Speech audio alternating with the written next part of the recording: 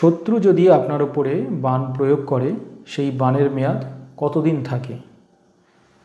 শত্রু যে বাণ মারছে সেই বাণ বিভিন্ন প্রকারের হতে পারে, তাই কোনো বাণে উল্লেখ থাকে এটি 7 দিনের জন্য কার্যকারী হবে, কোনো বাণে উল্লেখ থাকে 3 মাস, 6 মাস, 9 মাস বা 1 বছর, 3 বছর, 5 বছর, 6 বছর। তো সেই সময়টুকুনি সেই বাণটি কার্যকারী করে। আবার কিছু ছোটোখাটো বাণ আছে 1 মাস 2 মাসের মধ্যে বা 3 মাসের মধ্যে অটোমেটিক সেই বাণ কেটে যায়। আর কিছু বাণ আছে সারা জীবনের জন্য কার্যকারী করে। তো এখানে বাণ লক্ষ প্রকারের বাণ আছে, বিভিন্ন ধরনের তন্ত্রক্রিয়া আছে।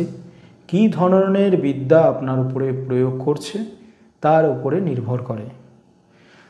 তো বেশিরভাগ বাণই যদি আপনি সেটি না কাটান বা তার প্রতিকার না নেন, তাহলে সেই বাণের প্রভাবে সারা জীবন আপনি জর্জরিত হয়ে থাকবেন।